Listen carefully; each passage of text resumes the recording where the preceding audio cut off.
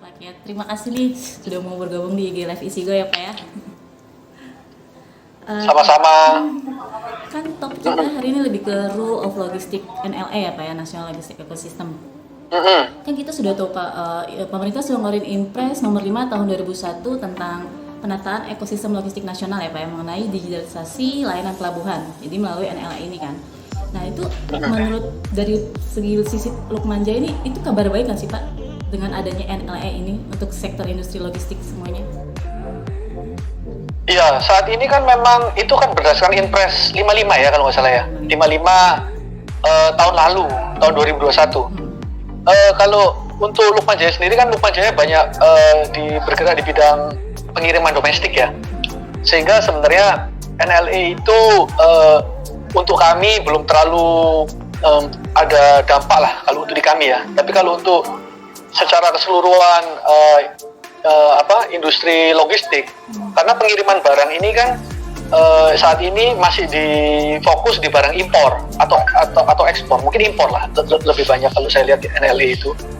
Tapi LNA ini harusnya membantu ya untuk dunia logistik, karena tujuannya adalah untuk mengintegrasikan, mensinergikan sehingga dari proses end-to-end pengiriman sejak barang itu datang sampai keluar dari pelabuhan atau bahkan sampai ke tujuan akhir gitu ya, di tempat pengiriman barang impor tersebut, itu bisa dilakukan dengan mudah, dengan transparansi dan visibility ya. Kata kuncinya kan sebenarnya tujuan NLA ini kan untuk agar terjadi integrasi, agar terjadi visibility ya, sehingga proses pengiriman barang sejak mulai masuk barang itu ke Indonesia sampai nanti terkirim di tempatnya gitu ya, khususnya untuk barang impor lah, itu dapat dilakukan dengan lebih transparan dan lebih sinergis. Tujuan utamanya sebenarnya untuk melakukan sinergi antar instansi sehingga terjadi proses yang seamless, pengiriman yang seamless, terus terjadi visibilitas untuk pengguna sehingga barang itu dapat di-track, dimonitor dan sampai ke tempat dengan dengan KPI yang diharapkan. Ada yang nyapa dulu nih Pak. Harusnya baik gitu. Ada yang nyapa. Kenapa? Ada yang nyapa Pak Kiat itu Pak. Oh ya, halo Pak. Halo Pak, ya. Oke, pertanyaan kedua nih Pak. Kan tadi Pak Kiat sudah mention juga belum ada dampak langsung ya dengan Lukman Jaya ini. Tapi mungkin ada nggak sih dampak langsung atau tidak langsung yang dirasakan dengan adanya NLA yang diimplementasikan NLA ini Pak? Iya, nah kalau untuk saat ini memang masih PR ya untuk NLA ini ya. Karena sepertinya belum banyak industri yang menikmati gitu ya, belum orang yang menikmati. Kan saat ini NLA ini masih terpusat pada platform logistik, di mana para pengguna ini harus tergabung di dalam sebuah platform. Memang banyak sih yang kalau saya lihat undangannya kemarin ya, khususnya untuk NLA, beberapa itu diundang, platform-platform itu diundang untuk mensukseskan NLA ini. Jadi pendekatan NLA ini saya lihat lebih ke pendekatan platform, kemudian para user pengguna di dalam ekosistem, namanya juga ekosistem ya, ekosistem nasional logistik ekosistem atau ekosistem logistik nasional. Jadi di dalam ekosistem itu kalau kita mengacu pada ekosistem biologis gitu kan, artinya kan dia dengan lingkungannya. Nah, lingkungannya ini siapa aja? Lingkungan itu kalau bahasa bisnisnya ya stakeholder di dalam aktivitas pengiriman barang atau logistik, khususnya di gitu ya. Karena NLA ini kan titik beratnya lebih ke logistik di sana gitu. Titik beratnya pada saat ini ya. Walaupun saya yakin nanti ke depan pemerintah juga mau ekosistem ini meluas, tidak hanya di stakeholder di kepelabuhanan, tapi juga di stakeholder logistik nasional pada umumnya gitu. Sehingga ketika banyak orang yang atau memberikan keuntungan terhadap penggunanya. Nah, sebenarnya tujuan daripada ini adalah manfaat untuk sebesar-besarnya untuk stakeholder yang tergabung di dalam ekosistem tersebut. Selain itu juga untuk aim-nya itu untuk menurunkan biaya, karena biaya kita masih tinggi ya kalau bicara logistik nasional ya. Berarti memang sebenarnya kalau NL ini lebih ke platformnya yang gitu kali ya Pak. Kalau Lukman kan ini memang industri tapi belum ada platform gitu ya Pak, seperti itu bisa dikatakan ya. Ini platform ini kan untuk saat ini ya fokusnya kan masih ke platform logistik di sektor itu gitu ya, di ekosistem itu gitu. Kalau kita bicara ekosistem kepelabuhanan itu kan otomatis ada bea cukai, ada karantina, ada ekspor impor di kepelabuhanan. Nah, tentunya pada saat ini kan seperti yang saya sebutkan tadi, Lukman ini kan banyak berfokus pada pengiriman domestik ya, sehingga untuk ekosistem NLE sendiri buat kami belum berdampak terlalu besar lah. Tapi memang aim akhirnya kan kalau kita lihat dari judulnya kan besar ya, National Logistic Ecosystem, itu besar kan, artinya sistem ekosistem logistik nasional. Tentunya nanti ke depan akan mencakup tidak hanya logistik kepelabuhanan saja, harusnya itu juga mencakup logistik yang lain pada umumnya gitu. Karena selama ini kan kalau kita mengacu pada data-data yang diberikan World Bank, itu kan lebih ke aktivitas ini gitu, aktivitas ekspor dan impornya. Padahal kalau kita bicara dari sisi logistik nasional secara keseluruhan, itu kan tidak hanya kita bicara tentang logistik di sektor kepelabuhanan saja, tapi juga logistik secara keseluruhan gitu ya, termasuk pengiriman impor, pengiriman internasional, dan pengiriman domestik. Oke. Kan berbicara dengan NLE, berarti kan ini sudah digitalisasi kan Pak? Dalam kurun waktu 10 tahun terakhir ini kan industri logistik pun sudah mulai beralih ke digitalisasi. Nah, menurut Pak Kia sendiri itu sudah menjadi suatu kebutuhan atau masih hanya sebuah tren aja Pak? Digitalisasi itu adalah sebuah tuntutan ya. Kalau saya lihat di era, apalagi di era industri 4.0, habis gini di Jepang juga udah mulai masuk ke society 5.0 katanya kan ya. Artinya kita perlu kembali sedikit ke konsep industri 4.0 itu apa gitu ya. Kalau kita bicara industri 4.0 itu kan dimulai dari sektor industri, walaupun turunannya ya seiring berjalannya waktu itu orang-orang bicara supply chain 4.0, orang bicara logistik 4.0, bahkan kita juga mulai bicara tentang tracking 4.0 gitu, tracking 4.0. Nah, perlu diketahui dulu industri 4.0 itu apa sih gitu ya. Industri 4.0 itu kan adalah sebuah konsep ya yang dibuat oleh negara di benua Eropa, khususnya di Jerman sana ya. Di Jerman sana konsep ini kan dimulai dari saya lupa Kementerian Teknologi atau apa Jerman gitu. Dia bicara tentang revolusi industri keempat sebelum masuk ke industri 4.0 ya. Revolusi industri keempat sama 4.0 ini sebenarnya konsepnya sama, tapi bahasanya ya kalau nggak ini itu gitu ya. Tapi industri 4.0 ini konsepnya adalah untuk mengintegrasikan dunia nyata dengan dunia maya sebenarnya ya. Dimulai dari sebenarnya ada 4 hal utama, komponen utama di industri 4.0. Pertama itu adalah smart factory, pabrik pintar namanya ya, pabrik pintar. Terus kemudian ada CPS, cyber physical system. Ini yang menghubungkan antara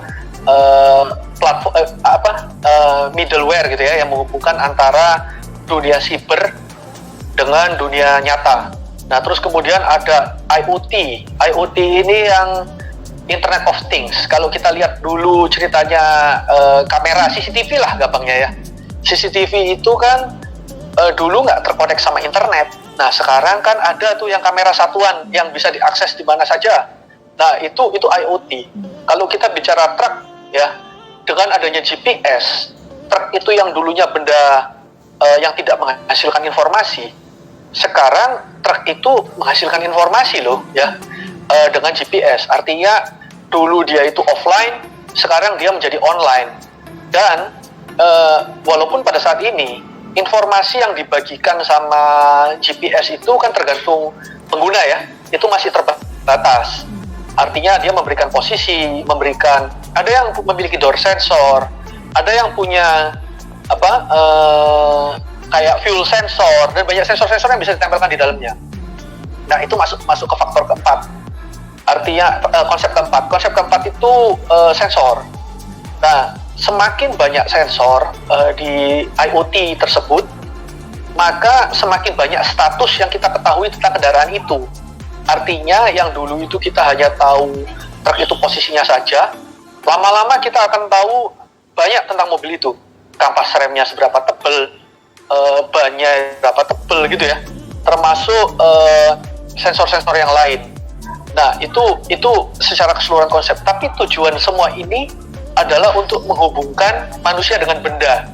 Nah, artinya manusia pun saat ini ya, dengan angka kepemilikan ponsel ya, smartphone yang begitu tinggi, khususnya untuk masyarakat Indonesia. Konon katanya kan lebih banyak handphone daripada manusianya itu di Indonesia ya. Jadi penduduk kita kan 280-an, handphonenya katanya udah 300 sekian gitu. Nah, itu secara nggak langsung, yang dulu kita ini nggak terkonek sama internet, sekarang kita ini terhubung sama internet. Contohnya sekarang inilah. Nah, handphone yang saya bawa ini kan merepresentasikan saya di dunia maya kan. Contohnya gini, ketika kita WhatsApp-WhatsAppan gitu ya, WhatsApp-WhatsAppan. Nah, otomatis saya yang di dunia nyata ini bisa ngobrol sama Mbak yang di dunia di dunia maya gitu ya. Kita ini ketemu di dunia maya kan. Artinya, nah itu tadi. Jadi yang dulunya pabrik itu sulit diketahui statusnya, sekarang dengan adanya interkoneksi ini, maka pabrik itu bisa diperintahkan dari jarak jauh, bisa diketahui statusnya seperti apa. Nah, tidak terlepas dari itu, kita harus lihat motifnya ya. Kenapa kok hal ini penting gitu? Hal ini penting karena dulu selain desakan, tekanan, juga ada yang permintaan gitu, dari konsumen. Dulu itu transparansi informasi itu nggak terlalu krusial ya dulu. Nah, itu katanya ada yang HP-nya 3 kan. Satu orang HP 3 ya. Nah, jadi yang dulu ya itu mungkin banyaknya HP ya. Nah, dulu yang tadi bisa bicara transparansi informasi ya. Jadi itu penting saat ini karena dulu yang pabrik gini, pertama desakan dari konsumen itu semakin di sini semakin rewel loh ya. Ini mohon maaf ini para konsumen ya. Jadi bukan rewel dalam arti jelek sih, lebih ke arah demanding. Artinya sekarang tuntutannya beda dari dulu. Posisi di mana, trackingnya di mana, itu mereka mau itu harus bisa diakses lewat gadget lah, ceritanya seperti itu.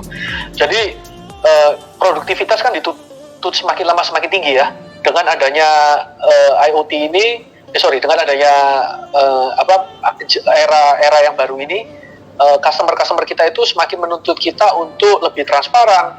Terus mereka juga minta barangnya itu khusus dibuat mereka. Ini menantang buat khususnya dunia industri ya. Karena dunia industri sendiri itu contoh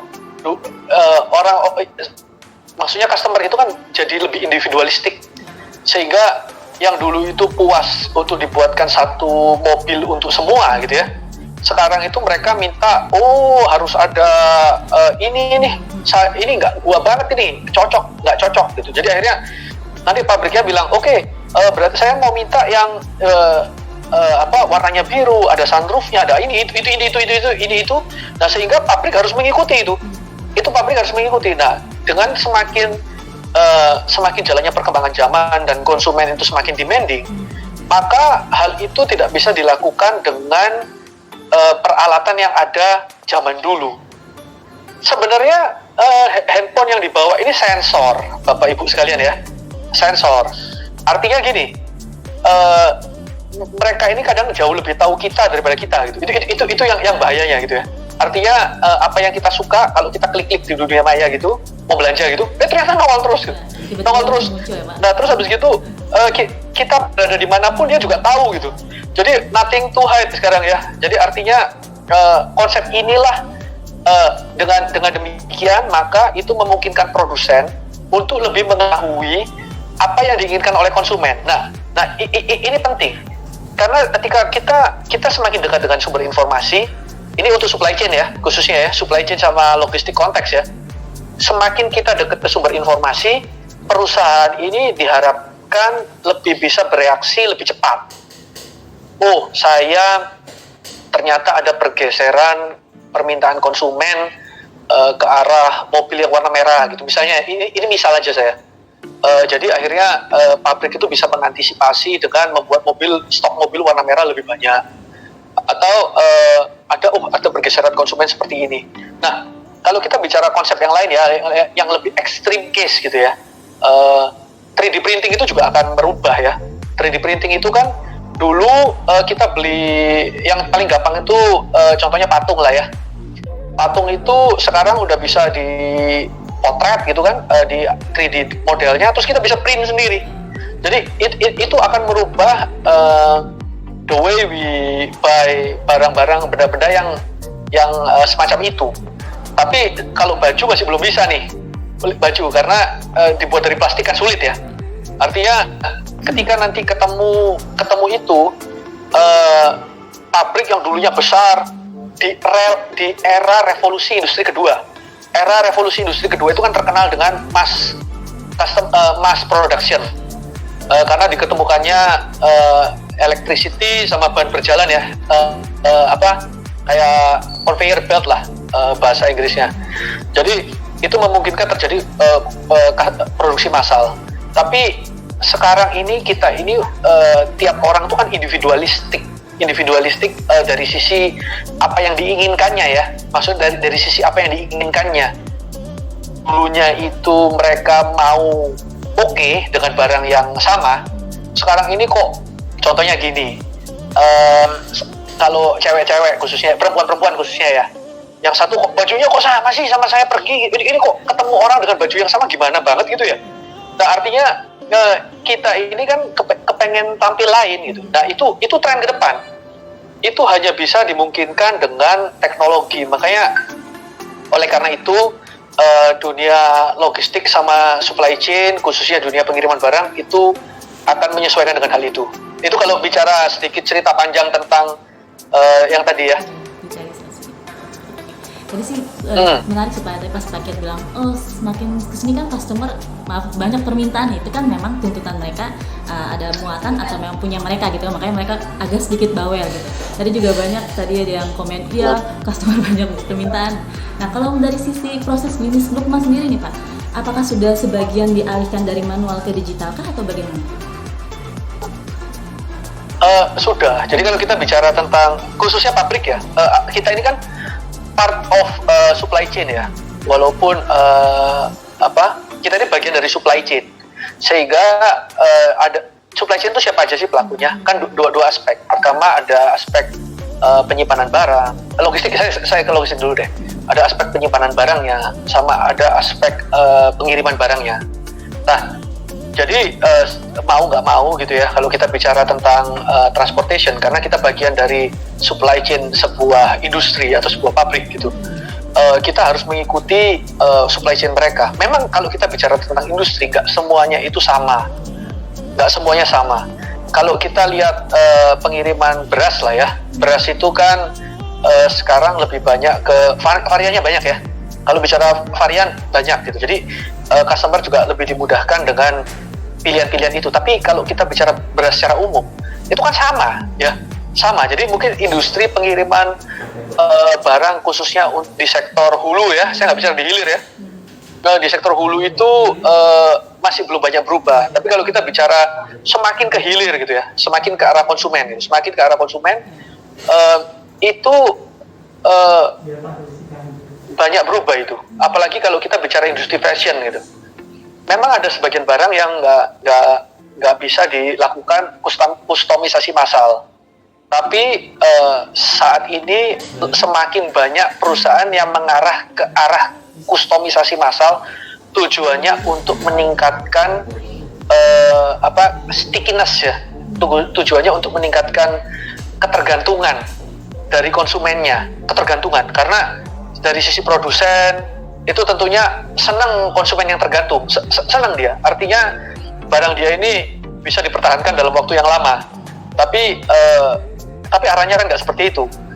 Dunia ini sekarang kan lebih fluid ya, lebih encer gitu maksudnya, lebih gampang, informasi juga mengalir sedemikian cepat. Kita tahu sendiri ketika kita ada info A gitu, nggak lama gitu kita udah tahu semua kan. Nah karena kita semuanya kan terkoneksi ke dalam jaringan besar ya, jaringan besar internet tersebut ya, sehingga semakin ke arah itu ke kustomisasi barangnya itu industrinya itu sudah masuk ke sana, khususnya fashion gitu saya bilang ya, fashion, maka semakin penting hal itu gitu. Oke. Jadi kalau dari sisi Lukman sendiri Pak, kan digitalisasi itu ada yang IoT juga kan? Ada nggak sih yang memang dialihkan dari proses bisnisnya Lukman menggunakan IoT itu sendiri Pak? Ya, kita udah mulai kita udah gini. Tadi saya sebutkan kita ini part of the supply chain ya. Tapi nggak semua. Tadi kan saya bilang hulu ke hilir ya. Tapi nggak semua player ya di dalam supply chain itu maturity-nya, tingkat kematangannya dalam menerapkan konsep industri 4.0 itu berbeda-beda. Tadi saya sebutkan kalau industri fashion lebih matang ya, karena dia itu perubahannya cepat, dia kondisinya sangat dinamis, beda sama industri kayak beras gitu atau gula pasir lah. Di sana kan dinamikanya lebih rendah karena perubahan barangnya juga nggak terlalu cepat gitu ya. Nah, kalau di Lukman sendiri, kita ini kan memang termasuk industrinya ya, industrinya yang belum terlalu maturity levelnya belum terlalu dewasa dalam hal ini. Artinya banyak perusahaan angkutan itu yang masih mengadopsi cara lama gitu ya, cara-cara yang lebih tradisional lah. Khususnya di konteks industri revolusi industri 2 kita mungkin masih hidup di zaman itu, mayoritas kita ya. Kalau arah industri 3 udah mulai banyak. Industri 3 ini kan revolusi industri 3 sama 4 ini agak beda ya. Revolusi industri 3 itu karena kemajuan komputer, maka banyak proses yang kita lakukan dengan cara digitisasi ya. Pendigitan tuh maksudnya proses-proses yang dulunya manual, sekarang kita komputerkan belum online loh ya, komputerkan. Nah kalau revolusi industri 4.0 itu kan lebih ke saat ini kita udah sebagian mungkin masih manual, sebagian mungkin masih online, tapi sebagian ini udah masuk dalam komputer, tapi sebagian udah kita online kan. Nah, pengonlinean ini atau digitalisasi itu kita udah lakukan ya dari sebagian aspek, kayak contohnya komunikasi juga udah jauh berubah ya. Yang dulu aja kita kalau ngecek supir kan handphone aja nggak ada dulu ya, handphone masih segede sepatu ya zaman dulu itu ya. Nah sekarang kan handphone itu termasuk barang mewah ya untuk pengemudi ya pada waktu itu. Sekarang kan banyak pengemudi ini masih udah menggunakan smartphone, tapi hambatannya dalam hal ini masih dalam konteks kompetensi kalau saya lihat, karena pengemudi kita ini kompetensinya masih perlu ditingkatkan lagi, khususnya dalam hal literasi digital.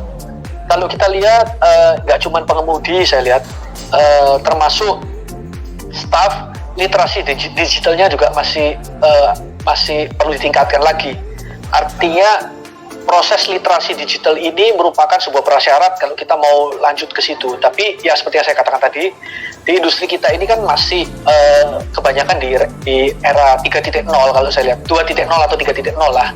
Nah, sehingga untuk tracking ini, karena bagian dari supply chain, dan supply chain-nya terus menuntut kita untuk maju ke 4.0, mau nggak mau, bapak-bapak, ibu-ibu sekalian, itu harus kita jalani nanti ya. Artinya memang secara bertahap kita mulai melakukan digitalisasi proses di setiap aspek perusahaan. Nggak semua aspek perusahaan itu siap untuk kita digitalisasikan. Ini di Lukman ya. Sehingga kita juga melakukan proses digitalisasi bertahap. Tidak semua, tapi ya kita pelan-pelan menuju ke sana. Seperti itu, Mbak. Wah, sudah banyak yang bergabung nih Pak sepertinya. Iya. Tadi ada yang ini nih Pak Kiat sehat-sehat ya, katanya ini siapa tadinya? Iya, sehat-sehat Bapak Ibu. Oke, baik. Sehat-sehat juga ya, semoga sehat selalu. Semoga sehat ya Pak. Kita kan sekarang bagaimana cara kita bertahan di pandemi ini ya Pak ya. Oke. Persis, iya. Sekarang Gimana Pak? Masih nggak, yang penting sehat sekarang. Ya. Yang penting ya. Ya karena udah banyak yang survivornya juga udah banyak ya. Kalau kita bicara positif aja gitu ya. Mudah-mudahan pandemi juga segera berakhir gitu. Walaupun waktu kemarin waktu tinggi-tingginya banyak teman-teman yang mengira ini bakal 1,5 tahun lagi. Tapi lebih dari 1,5 tahun. Tapi kalau saya lihat arahnya ya, selama kita nggak lihat di belahan dunia yang lain tiba-tiba ada lonjakan yang tinggi karena ada varian baru, harusnya diharapkan segera selesai lah ini COVID, sehingga kita bisa kembali ke kehidupan normal gitu ya. Iya benar. Oke, baik lagi Pak.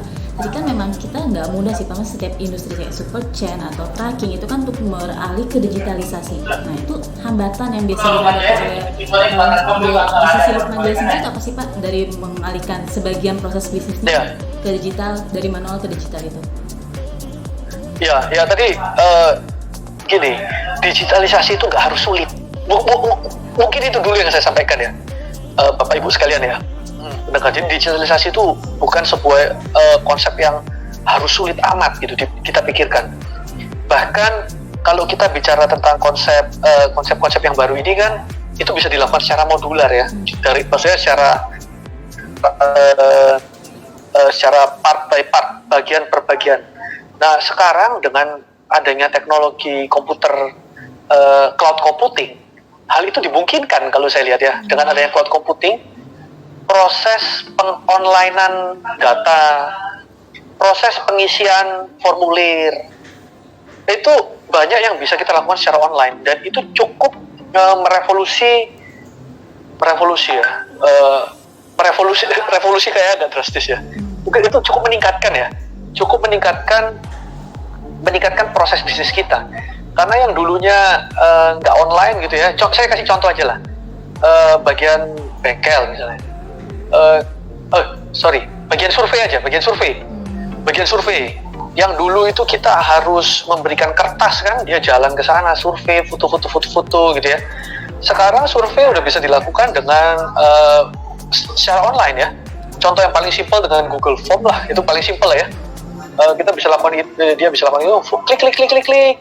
Setelah itu datanya masuk ke kantor. Nah itu contoh-contoh proses streamlining efisiensi yang bisa kita lakukan bit by bit gitu ya, di lingkungan kita. Tapi tadi kalau kita nunggu harus punya program yang gede sendiri gitu ya, harus ada program sendiri gitu, itu mungkin akan butuh waktu lama. Tapi sekarang ini modular, scalable, kalau saya lihat proses bisnis itu bisa dilakukan secara bertahap, dan lama-lama keseluruhan proses bisnis itu goes digital. Nah jadi sama, kita ini punya tendensi nunggu semua jadi dulu baru berubah jadi digital. Ini mungkin masukan untuk kawan-kawan yang bergerak di sektor transport atau industri lain yang kurang lebih mirip ya, atau industri lain pada umumnya lah. Kita tuh sering nunggu, kita tuh harus punya sesuatu yang besar dulu gitu ya, program dulu sendiri yang besar gitu. Ternyata enggak sebenarnya. Walaupun road to sana ya harus dipikirkan juga.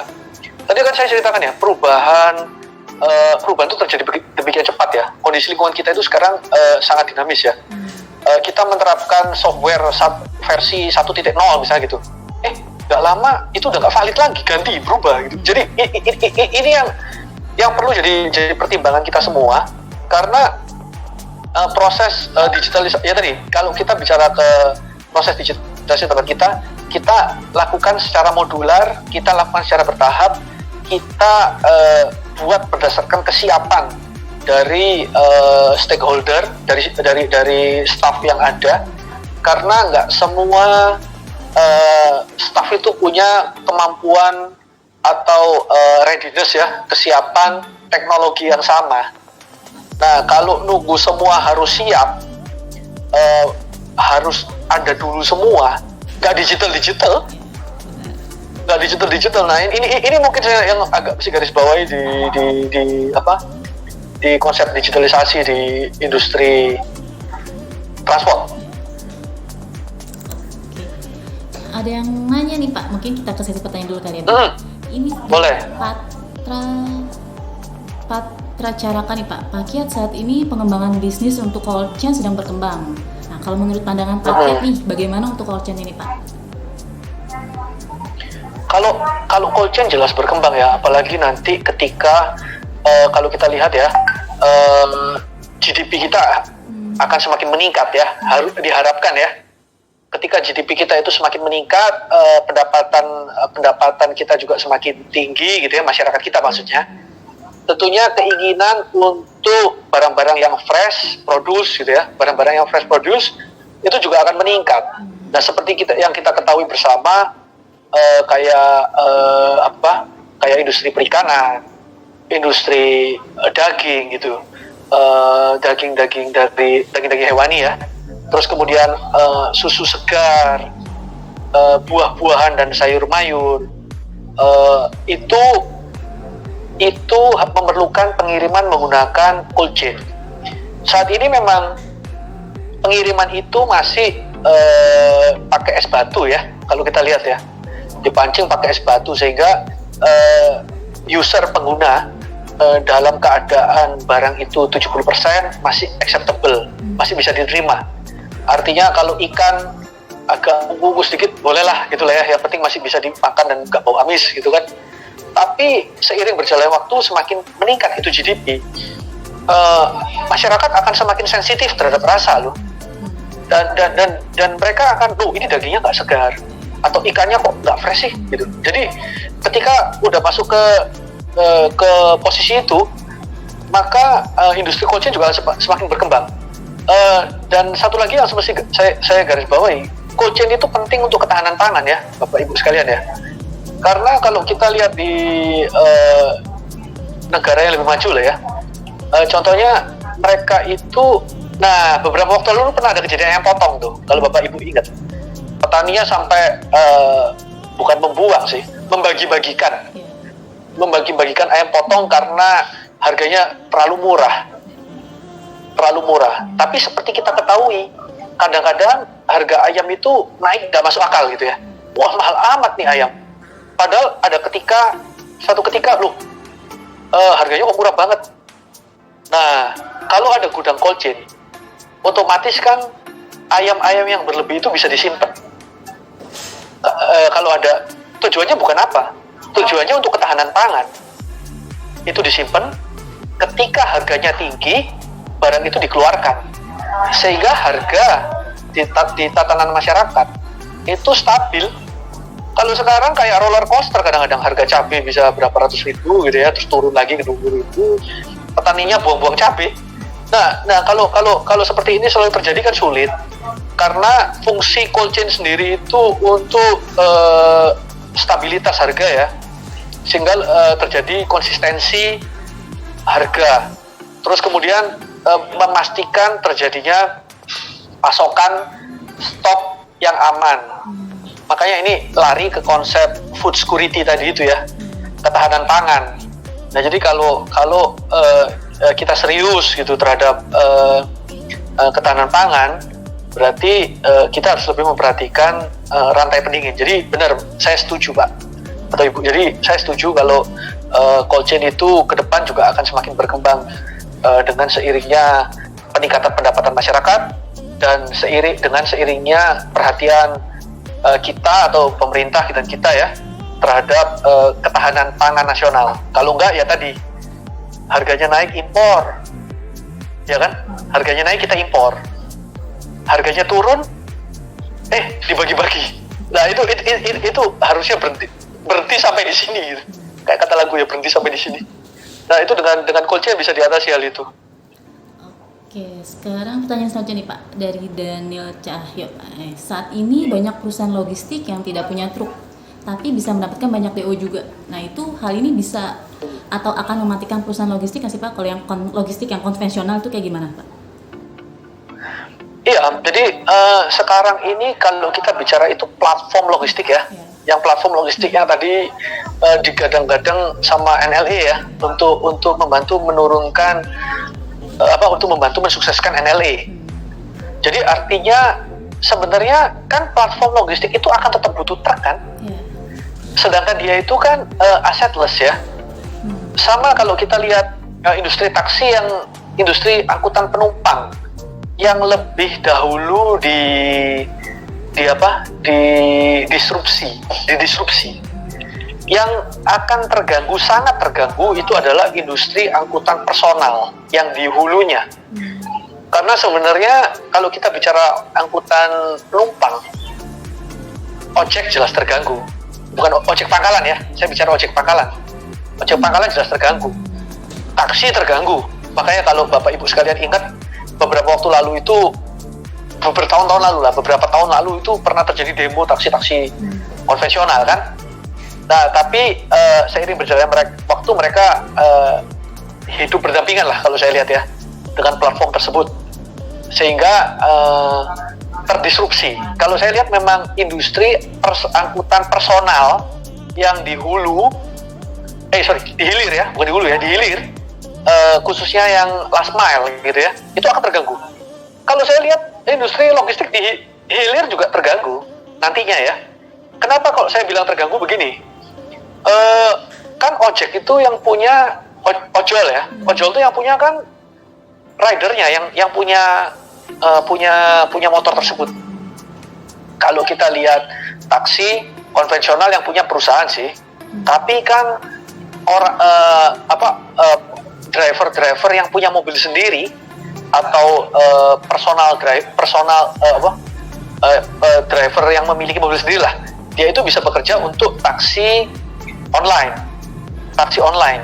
Nah, platformnya sendiri nggak memiliki mobil itu, tapi dia berhubungan dengan segitu besar masyarakat ya, yang memiliki mobil dan memiliki motor. Agak saya tarik sedikit ke perusahaan bus. Ini bicara tentang saudara kita di industri angkutan orang. Ada nggak ojol bus coba? Kayaknya kok nggak ada. Ojol bus ya? Bus online? Nggak ada. Kenapa? Karena bus itu milik perusahaan gitu ya, milik perusahaan biasanya. Dan proses mereka akhirnya ya digitalisasi. Bisa menggunakan platform orang lain, pakai bus booking system milik, saya nggak tahu Traveloka punya nggak ya, tapi bus booking system punyanya platform, atau dia pakai buat platform sendiri. Nah, saya bicara sedikit tentang logistik nih sekarang, yang di industri kita ya. Jadi kalau bicara barang ketengan kita beli di platform online semacam platform marketplace kayak Tokopedia, Lazada, Shopee, bilang aja begitu ya. Mereka itu kan pengirimannya last mile ya, dibawa oleh pengemudi ojol gitu kan, dikirim ke tujuan. Bisa itu terdisrupsi, itu jelas. Opang sulit itu, opang. Nah, sekarang kita bicara agak sedikit yang satuannya sama ya. Industri kayak parcel delivery atau kurir, bilang aja sekelas perusahaan kurir ini akan terdisrupsi kalau menurut saya. Terdisrupsinya gimana? Dengan pemilik Grand Max. Sekarang ini arahnya ke super app, kalau Bapak Ibu sekalian pahami. Jadi masalahnya the road to efficiency ya, itu never ending story ya.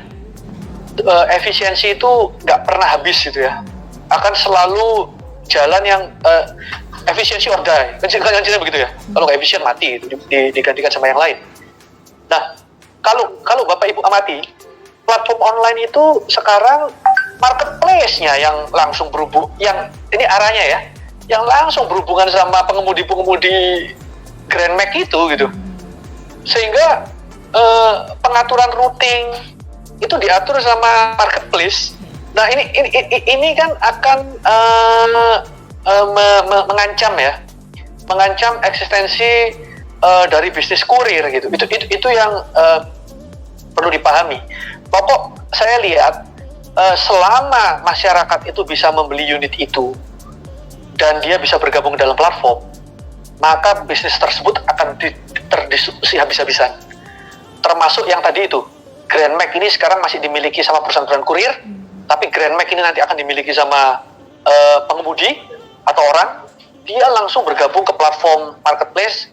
Marketplace akan pakai itu untuk keuntungan dia. Untuk perusahaan yang di lini sana pasti otomatis akan terganggu. Nah, proses saya bicara industri trucking yang mungkin agak sama dengan industri saudara kita yang bus tadi ya, yang bus. Trucking ini agak rumit ya, karena nggak semua orang tuh bisa beli truk gitu ya. Maksudnya gini, tiba-tiba saya dari tidur bangun, saya beli tronton besok gitu ya. Terus habis gitu saya yang setir trontonnya, nanti saya yang kirim gabung ke platform. Sulit itu bapak ibu. Karena kenapa? Karena permintaan konsumen di sektor trucking itu berbeda-beda. Ada yang membutuhkan tronton saat ini, ada yang butuh engkel saat ini. Belum barang cair, belum barang padat, belum bubuk. Jadi kalau kita bicara varian truk aja, kalau Bapak Ibu sekalian tahu, saya beli tipe, bilang aja merek X dengan tipe bla bla 1, 2, 3 gitu ya. Itu variannya bisa 26 macam. Truk itu loh ya. Itu baru satu jenis, sedangkan perusahaan truk manufacturing itu mengeluarkan bisa 20-an varian, 20-an model dengan 20 varian. Artinya bisa 400 model sendiri itu ya. Nah, kalau 400 model, satu orang punya model yang berbeda-beda. Nah, itu merupakan rumit. Jadi saya lihat kompleksitas di industri ini masih tinggi, sehingga sampai terdisrupsi habis-habisan itu agak sulit. Kuncinya disrupsi itu di standar, Bapak Ibu sekalian, standar. Sepeda motor itu standar nggak? Mbak, standar kan? Sepeda motor kan standar kan? Artinya gini loh, ya modelnya seperti itu, cc-nya memang beda. Bisa ngangkut 2 orang, belakangnya bisa diisi barang, ya sebesar itu gitu, standar. Mobil penumpang juga standar, isinya ada yang untuk 4 orang yang sedan, atau kalau kita bicara MPV itu bisa 7 orang, standar. Jadi standarnya gampang. Ini kalau saya 3 orang saya naik ini, kalau saya 7 orang saya naik ini gitu. Tapi kalau truk modelnya ada 400. Jadi itu baru dari satu perusahaan APM ya, sehingga hal itu agak membuat rumit. Beda sama saudara kita di Europe ya. Selain itu ya, saudara kita di negara maju yang lain, standarisasi itu udah menjadi keharusan ya, karena kuncinya digitalisasi nanti standarisasi. Kalau selama itu masih belum standar dan banyak modelnya, dia akan sulit terdisrupsi. Dan kalau dia standar dan bisa dimiliki banyak orang, maka dia akan terdisrupsi mudah. Apalagi itu menyangkut tempatnya. Nah, itu akan orang-orang akan masuk ke, dan kemudian karena kebutuhan konsumennya sama, maka terdisrupsilah sana di industri itu. Saya kira begitu ya tentang ini ya itu. Jadi tergantung, dari saya ulang ya, jadi tergantung dari level standarisasi, tergantung seberapa dekat dia ke hulu, seberapa standar lagi ya, seberapa seragam pemesanan konsumen. Nah, itu kira-kira yang membuat sebuah lini bisnis itu terdisrupsi. Semakin gampang dipunyai sama user, bukan user sih, semakin banyak bisa dimiliki ya. Kayak contoh ini contoh, sorry tadi saya belum menyebutnya kan di Europe. Di Europe khususnya itu banyak, atau di US ya, standarisasi udah lebih simpel dia. Truknya itu aja, modelnya itu aja. Jadi nggak terlalu banyak model di truk itu. Kedua, dia juga banyak dimiliki sama pengemudi. Jadi driver own truck itu banyak. Kalau di Indonesia ini driver own truck itu relatively masih lebih sedikit dibandingkan dengan company own truck. Jadi itu hal-hal yang mungkin membuat kita agak lebih sulit terdisrupsi daripada saudara-saudara kita yang di sektor transportasi yang lain. Seperti itu, Mbak. Pertanyaan selanjutnya Pak, ada yang nanya tips and trick nih Pak. Kan dia mungkin baru mulai berkarir di dunia logistik. Nah, ada nggak tips-tips dan trik apa saja yang perlu disiapkan untuk mengarungi dunia logistik ini? Menurut Pak Kiat gimana? Ada tips and trick yang apa? Jadi pertama, tips and trick dari sisi apa nih ya? Sebenarnya kalau kita bicara dunia logistik ini merupakan dunia yang ketidakpastiannya cukup tinggi. Makanya kalau kita bicara digitalisasi atau kita bicara teknologi, itu tujuannya untuk mengurangi ketidakpastian tersebut, gitu ya. Itu tujuannya. Karena dengan adanya transparansi, dengan adanya visibility, tentunya segala sesuatu bisa lebih mudah diprediksi dan lebih mudah untuk lebih pasti gitulah, lebih bisa terprediksi apa yang akan terjadi berikutnya. Nah, kalau di truk ini memang untuk saat ini ya Bapak Ibu ya, masih tingkat uncertainty-nya masih tinggi, termasuk muatan ya. Itu oleh karena itu kenapa kok ada platform kok lebih sukses daripada truknya gitu ya. Jadi memang proses, tapi gini, kalau Bapak Ibu tanya platform tracking gitu, apakah mereka mau punya truk? Mungkin sebagian besar menjawab enggak gitu. Saya di platform aja lah, daripada saya ikut punya truk, saya akan pusing. Jadi kalau kita bicara di sektor transportasi jalan, khususnya barang, Bapak Ibu harus tahan mental ya. Kalau menurut saya harus tips and triknya itu coba berusaha dikontrol yang banyak ketidakpastian, karena ya kalau kita bicara tentang pemanasan pada dalam belum kecelakaan, terus kita bicara tentang barang susut, barang kurang. Jadi faktor-faktor uncertainty itu perlu diperhatikan dan dikendalikan, karena hal itu bisa membuat perusahaan keluar jalur ya Bapak Ibu ya. Karena kalau saya lihat teman-teman ini kan contoh nih di saat pandemi COVID, saya yakin walaupun kita tracking ini termasuk sektor yang tidak terlalu terdisrupsi ya, karena kita termasuk sektor esensial, tapi masalah keuangan itu juga jadi masalah kan sekarang ya. Masalahnya di mana? Masalah di mana? Ya banyak customer juga tagihannya macet gitu kan. Artinya pembayaran jadi molor. Sedangkan tracking juga perlu bayar cicilan. Nah, hal-hal seperti ini sering terjadi ya. Oleh karena itu kalau saya lihat cash flow-nya itu harus diperhatikan ya Bapak Ibu ya. Khususnya dengan konsumen-konsumen ya. Jadi kalau tips saya mungkin untuk acara ini saya kasih dua dulu deh. Pertama yang perlu diperhatikan itu cash flow ya, karena khususnya di saat COVID ya. Terus yang kedua, coba dikontrol hal-hal yang berpengaruh berkontribusi pada ketidakpastian, karena hal-hal tersebut bisa mengakibatkan kerugian perusahaan. Karena aset yang kita miliki ini harganya jauh lebih mahal daripada pendapatan yang akan kita dapat gitu. Sehingga membutuhkan waktu cukup lama untuk mengembalikan aset tersebut. Apalagi kalau jumlah asetnya masih sedikit, khususnya di zaman ini ya, di era 4.0, era 2021 gitu ya, dibandingkan era-era sebelumnya, itu juga menjadi concern. Jadi kalau Bapak Ibu sekalian cuma truknya 1-2 mau kerja itu agak sulit sekarang Pak Bu. Jadi itu juga mungkin sinergi dan kolaborasi dengan pihak lain itu menjadi kunci untuk memulai usaha. Menarik nih Pak. Tadi kan berbicara dengan awal mulai Pak. Nah ini ada lagi nih yang nanya soal ongkos angkut. Nah ini juga sempat jadi isu banget ya Pak untuk ongkos angkut ini. Nah di sini dia menekan dari Pak Daniel juga yang tadi. Nah dia pengen kedepannya nggak ada persaingan persaingan harga mengenai ongkos angkut. Jadi ongkos angkut ini dibuat semua rata dibanding itu berbanding terbalik menurut saya dengan zaman dulu saat profit perusahaan logistik lumayan besar. Nah, menurut Paket gimana tuh? Ya, ya itu ada sebenarnya di PM 60 ya. Kalau kita bicara yang baru, tapi saya nggak tahu udah dilaksanakan belum PM 60 tahun 2020 kayaknya. Kalau saya nggak salah tahun. Kalau nggak 2020 tahun 2011. Peraturan Menteri Perhubungan nomor 60. Di sana tentang angkutan barang, Bapak Ibu. Jadi di sana disebutkan tentang tarif minimal. Tarif minimal ongkos angkut kayak pesawat gitu ya. Kayak pesawat. Jadi di pesawat pun kan diberlakukan tarif minimal.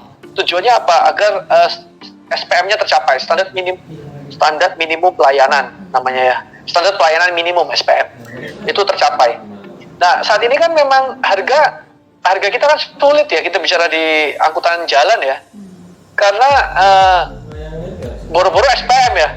Artinya kalau kita lihat truk odol itu kan sampai sekarang juga masih menjadi problematika yang nggak selesai dan kayaknya juga sulit untuk selesai gitu. Sulit untuk selesai.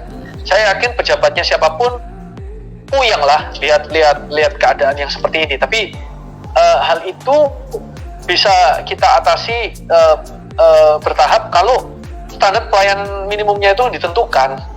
Nah, kalau selama nggak ada SPM, hari ini harga 5 juta, besok ada orang lain minta harga 4.500.000 juga, daripada truknya nganggur ya, dikejar karena cicilan-cicilan gitu kan. Cicilan-cicilannya banyak, tanggungannya banyak, belum lagi membayar karyawan dan segala macam, akhirnya jalan. Nah, saya lihat banyak kawan-kawan ini yang lebih terhimpit karena kondisi balik ke ekosistem ini sebenarnya. Ekosistem logistik nasional. Saya nggak tahu konteksnya ekosistem logistik nasional masuk ke sini nggak. Artinya ekosistem logistik nasional itu kan lebih banyak bicara tentang platform online tadi yang saya bilang ya. Padahal kalau kita bicara tentang ekosistem logistik nasional itu kan lebih kita bicara tentang standar minimum pelayanan perusahaan angkutan yang harus dipenuhi gitu kan Bapak Ibu ya. Sehingga ke depan ada patokan harga minimal yang harus kita jalankan, karena kalau di bawah harga itu udah nggak masuk akal. Memang ini harus dilakukan secara bersamaan dengan penegakan hukum yang ketat ya, karena nggak bisa dipungkiri ketika ada juga sih ketika diturunkan gitu barangnya muat satu gitu ya, belakangnya muat satu, nanti balik ke pool digabung lagi. Waduh, ini kan rumit ya, walaupun dari pabriknya gitu diharuskan untuk muatan standar. Nah, tindakan oportunis semacam ini juga harus ada penyelesaiannya. Kalau enggak ya yang terjadi adalah ekosistem kita berantakan. Kita kalau bicara tentang ekosistem kan ekosistemnya itu baik untuk tumbuh kembang bersama, ya kan, itu kan ekosistem yang baik ya. Atau ekosistem ini memang arahnya ke arah kanibalisme gitu ya. Jadi kita saling memakan, saling menghancurkan. Nah, itu kan hal semacam itu juga nggak baik. Tapi memang segala sesuatu harus dimulai dari aturannya ya. Kalau saya lihat aturannya baik, penegakan hukumnya pas gitu ya. Terus teman-temannya pelaku industrinya kompetensinya baik, terus kita ada kesepahaman bersama tentang standar minimum pelayanan. Nah, otomatis dari sana kita mulai bicara tentang keseragaman harga kan, keseragaman harga yang bisa didapatkan tanpa harus mengorbankan biaya logistik nasional. Memang menarik kalau kita bicara tentang harga angkutan ya. Biaya logistik kita ini tinggi katanya ya. Jadi tapi ongkos angkut kita murah loh sebenarnya. Jadi kalau kita bicara tracking itu saya udah sering katakan ini sih sebenarnya, tapi saya ulang lagi. Kalau kapan hari pernah saya ke beberapa negara ya, membandingkan ongkos logistik dan ongkos transport. Kayak di Europe aja ongkos angkutnya ini 3 kali lipat, tapi biaya logistiknya 5%. Kalau kita bicara di Bangkok, di Korea itu kos logistiknya itu di sekitar 16%. Ini udah lama sih Bapak Ibu, udah 2-3 tahun lalu. Tapi ongkos angkutnya itu 2 kali lipatnya Indonesia. Jadi bisa loh biaya logistiknya itu terjangkau, tapi ongkos angkutnya tinggi gitu ya. Nah sebenarnya masalahnya di mana sih? Masalah itu di sistem kalau saya bilang, di sistem. Memang kalau bicara agak jauh ya, itu kan GDP-nya lebih tinggi gitu ya. Otomatis kan biayanya Aqua juga $2 juga, Aquanya $2. Kalau di sini kan Aqua cuma goceng gitu kan. Jadi dari itu otomatis percentage ongkos angkutnya juga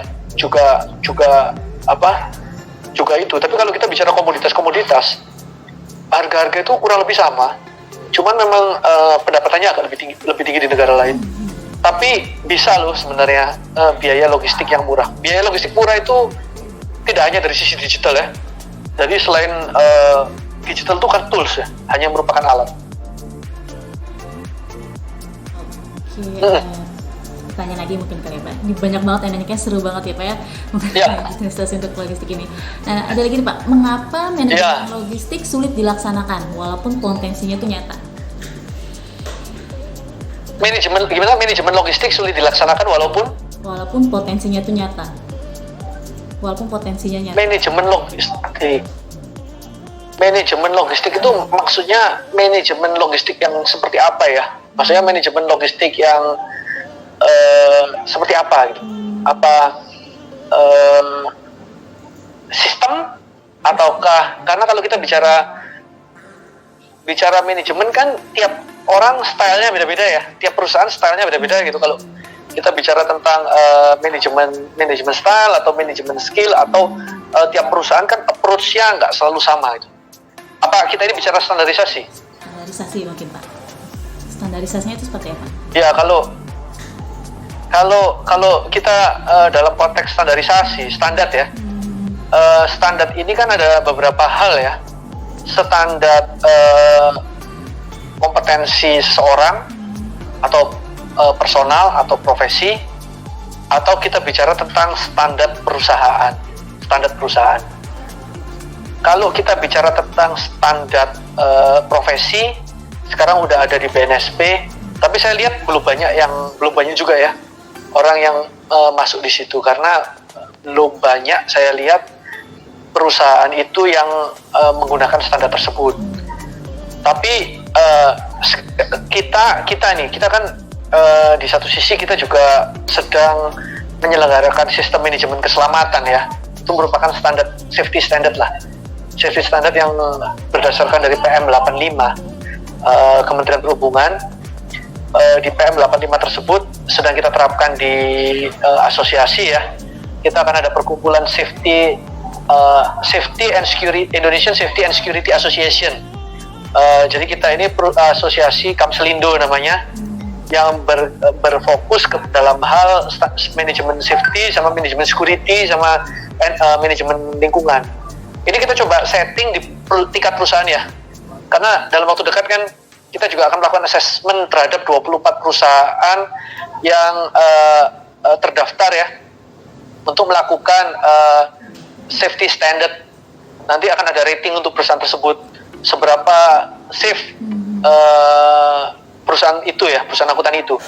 Nah ini kita harus mulai dari perusahaannya, harus mulai dari komitmen dari bosnya. Kalau bosnya nggak berkomitmen, percuma, tetap aja odol yang dimuat. Jadi walaupun nggak bisa dipungkiri ya, saat ini semua juga odol gitu ya, tapi ya jangan kebangetan lah. Istilahnya seperti itu. Paling nggak dari aspek lain bisa lebih diperhatikan gitu ya, safety aspek yang lain. Nah, jadi kalau menjawab tadi kenapa standar sulit diterapkan, pertama standar tersebut harus disepakati dulu sama user, penggunanya. Standar apa yang kita terapkan? Makanya kita di Kamselindo ini coba menerapkan bukan standar internasional atau mungkin nasional ya. Kita adopt dari standar internasional dan standar nasional, karena Kamselindo kan perkumpulan perusahaan nih ceritanya ya. Jadi kita coba community based standard. Jadi standar berdasarkan komunitas, bahwa itu kita sepakati bersama. Terus habis gitu kita coba gunakan standar tersebut untuk mengevaluasi di antara kita ya, sehingga didapatkan sebuah titik tolak untuk kita mulai ke standar yang lebih tinggi, Ini jujur ngomong, standar yang kita terapkan untuk Kamselindo ini masih 70% dari standar nasional yang ada, karena teman-teman di sektor angkutan jalan khususnya barang itu masih kesulitan untuk menerapkan standar maksimal. Akhirnya kalau menggunakan standar ini nggak ada yang lulus. Mendingan kita mulai dari yang kita bisa, kemudian kita bangun kompetensinya perusahaan itu secara bertahap, sehingga ketika kompetensi yang lebih tinggi didapatkan, kawan-kawan akan lebih perhatian untuk standar-standar yang lain. Nah, kalau nggak ada awareness ya terhadap hal tersebut, saya rasa standar itu nggak akan jalan. Apalagi kalau dia menyerah duluan, ngapain? Nanti juga nggak akan jalan. Nah, ini penting ini. Kalau saya lihat titik tolaknya dari bersama ya, saya rasa community based standard itu lebih bisa digali potensinya,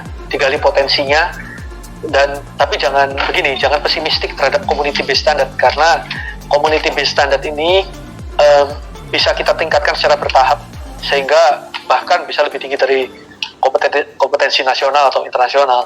Tapi memang untuk saat ini teman-teman masih segitu levelnya gitu ya, jadi bertahap kita akan tingkatkan. Kalau bicara standar ini, kita tadi kalau dari tadi pertanyaan HP nomor berapa ya? Ini saya 1:30 ada kegiatan, jadi sampai 1:30 ya. Bapak Ibu mohon maaf ya saya. Ini maksimal 1:30. Sudah jam 2 ini Pak. Jam 2 ya? Sudah jam 2. Jam 2. Sorry, 2:30. Jam 2 ya? Iya. Iya, setengah jam lagi ya? Oke, boleh.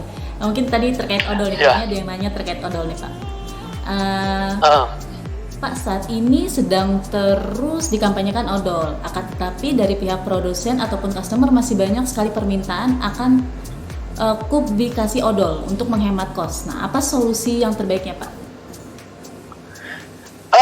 Ya memang, kalau apalagi kita tergantung sama konsumen itu ya. Ya itu sulit gitu, sulit bapak ibu, sulit kalau udah ketergantungan kita sama konsumen itu tinggi, sulit. Makanya sebenarnya kalau kita bicara tentang odol, saya paham banget gitu ya, karena kawan-kawan saya yang lain juga di industri trucking, kita itu selalu di posisi dilematis. Memang bukan maunya perusahaan angkutan. Saya yakin bapak ibu sekalian yang perusahaan angkutan di sini nggak ada yang mau truknya dibuatin berat-berat. Kenapa? Kalau truknya dibuatin berat ya cepet rusak loh bapak ibu, ya kan? Kalau kita muat sesuai standar, tentunya investasi yang bapak tanamkan di truk-truk tersebut akan lebih tahan lama. Nah, hal ini termasuk yang tadi mengembali ke pertanyaan yang beberapa pertanyaan yang lalu. Kalau truknya berat, mobilnya rusak, itu termasuk unsur ketidakpastian yang harus kita hadapi ya bapak ibu ya. Jadi sebaiknya memang kita itu lebih fokus ke coba fokus mulai mengedukasi customer gitu ya, tentang itu. Terus kemudian yang berikutnya ya coba itu ya kalau bapak terpaksa ngangkut ke hal itu ya perawatan mobilnya harus lebih diperhatikan kalau saya lihat, karena sebenarnya ini nggak bisa dilakukan sendirian. Kalau bapak sendirian yang bilang saya nggak mau odol, besok pasti ada orang lain yang ngambil kok itu. Saya cukup yakin tuh. Jadi bapak ibu sekalian mungkin gimana ya? Jadi mulai mengedukasi konsumen lah, dikasih pemahaman walaupun itu sulit ya kalau saya lihat ya. Dan kita juga kalau di tingkat asosiasi juga selalu bicara sama pemerintah ya. Makanya kita coba buat standar manajemen keselamatan. Itu termasuk kepentingan di kita sebenarnya, agar perusahaan yang sadar itu diharapkan akan muatannya lebih odol. Itu di satu sisi. Dan kedua, kita coba juga mendorong khususnya di pemerintah untuk lebih menerapkan ground rule yang lebih pas gitu ya. Karena bapak ibu sekalian perlu ketahui di Undang-Undang Cipta Kerja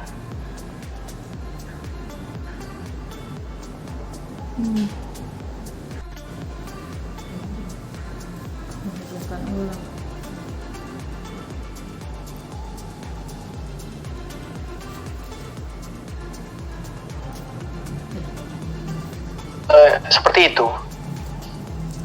Halo, jadi gini, kalau di itu angkutan perusahaan angkutan barang itu nggak perlu izin. Nah, dengan demikian Bapak Ibu sekalian perlu perhatikan, kalau nanti lain kali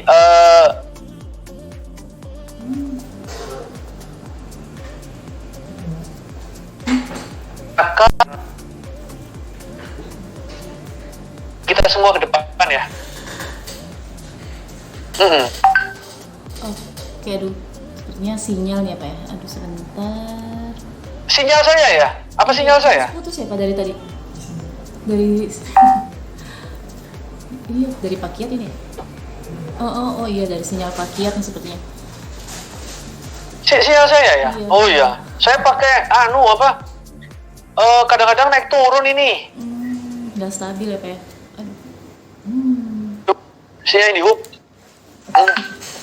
Oke, mungkin Iya. pertanyaan lagi nih, terakhir kali Pak ya. Ada yang nanya mungkin out of Iya. topic Pak katanya. Saya mau tanya kalau ekspor hewan ternak ke negara di Asia Tenggara, ke Asia Tenggara berdasarkan NLE, apakah tahapannya sama dengan ekspor lainnya Pak? Iya, nah LNE ini gunanya tadi. NLE ini tidak merubah prosedur loh Bapak Ibu ya. Tidak merubah prosedur yang ada. Jadi Bapak prosedurnya akan sama. Cuma bedanya dari yang nggak digital, dulu prosesnya manual, sekarang prosesnya didigitalisasi. Artinya apa? Proses perpindahan data, proses peralihan informasi itu dapat dilakukan secara digital melalui platform yang tergabung di dalam NLE. Jadi, tapi apa yang Bapak lakukan tetap sama. Artinya Bapak tetap harus ngurusi kepabeanan gitu ya. Bapak harus tetap ngurus karantina kalau barang-barang itu. Tapi akan lebih mudah karena mereka tergabung dalam platform. Jadi itu hanya mempermudah proses ya, Bapak Ibu. Oke, mungkin sebelum kita tutup terakhir nih Pak, kan tadi kita berbicara dari awal mengenai NLE, digitalisasi, ini apa ya? Digitalisasi. Nah, kedepannya apalagi sih yang ingin dilakukan oleh Lukman Jaya Pak? Ulang tolong nih. Oke. Gimana? Ya kan tadi kita dari awal sudah berbicara tentang NLE, digitalisasi. Nah kita tahu sendiri pun sekarang Lukman Jaya pun memiliki proyek mengenai untuk intermoda ya Pak ya. Nah itu putus-putus ya. Nah langkah selanjutnya apa sih yang ingin dilakukan Lukman Jaya Pak mengenai digitalisasi ini? Ya seperti yang saya sebutkan tadi ya, digitalisasi itu kan proses yang scalable ya dan modular. Kita akan terus memperluas cakupan untuk pendigitalisasi di perusahaan secara bertahap. Nggak akan secara radikal perubahannya, tapi kita lakukan perubahan secara incremental ya, atau secara bertahap. Nah dengan demikian tanpa terasa kita nanti seluruh aspek perusahaan itu akan terdigitalisasi. Itu yang kita harapkan. Karena apa? Digitalisasi ini penting untuk memastikan konsistensi penerapan. Penting ini. Karena yang dulu ketika kita nggak terdigital, teman-teman itu kan lebih banyak, staff saya lah ya khususnya ya, itu ada sebagian prosedur yang nggak diterapkan secara maksimal gitu ya. Tapi dengan pendigitalisasian data itu kan bisa kita set agar mereka harus mengerjakan sesuatu sehingga itu tersistem. Apa yang kita lakukan itu tersistem. Nah pada ujungnya sebuah proses itu nggak konsisten diterapkan, tapi harus tersistem dan diterapkan secara konsisten sehingga efek manfaat dari digitalisasi ini bisa kita rasakan secara maksimal. Kalau digitalisasi itu nggak diterapkan secara, bayangin gini, ketika ada pengirim, kita beli barang di marketplace, setelah itu sampai tujuan, rendernya nggak mau klik sampai, berarti kan masalah itu. Kalau dulu manual paperwork itu memungkinkan kita cari kertasnya di mana gitu ya. Tapi sekarang dengan adanya digitalisasi, semua proses itu harus tersistemasi, mengikuti flow yang diharapkan. Jadi tidak ada prosedur yang terlewati. Nah, ini merupakan komponen-komponen penting untuk perusahaan ke depan, karena untuk kami ya, proses itu penting dan harus itu dilakukan dengan baik, dan itu akan memaksa teman-teman untuk mengerjakan dan meningkatkan kompetensinya, bukan dilewati gitu ya, bukan dilewati. Nah, kebanyakan sekarang kan proses yang tidak terdigitalkan, yang manual khususnya ya, itu banyak proses yang terlewat, dan ketika kita memerlukan hal itu nggak ada. Nah, oleh karena itu ke depan, selain dari tuntutan internal perusahaan untuk memastikan pengiriman atau standar servis yang diharapkan oleh konsumen, kita juga harus melihat kebutuhan industri atau konsumen kita ke depan. Karena kalau kita nggak melakukan ini, lama-lama kita ditinggal juga ya. Jadi kenapa hal ini penting gitu untuk kita terapkan. Intinya emang digitalisasi ini penting ya Pak ya. Demi sangat penting banget. Selain untuk service excellent juga ke customer, kita pun juga harus memudahkan pekerjaan kita juga seperti itu ya Pak ya, untuk digitalisasi ini. Persis. Seru banget nih Pak. Sebenarnya masih banyak pertanyaan yang mungkin sudah terbatasnya waktu ya Pak ya. Oke, baik. Terima kasih. Maaf ya Bapak Ibu, mungkin lain kali ya. Part 2 mungkin ya Pak ya. Iya. Oke, baik. Oke, terima kasih ya Pak ya.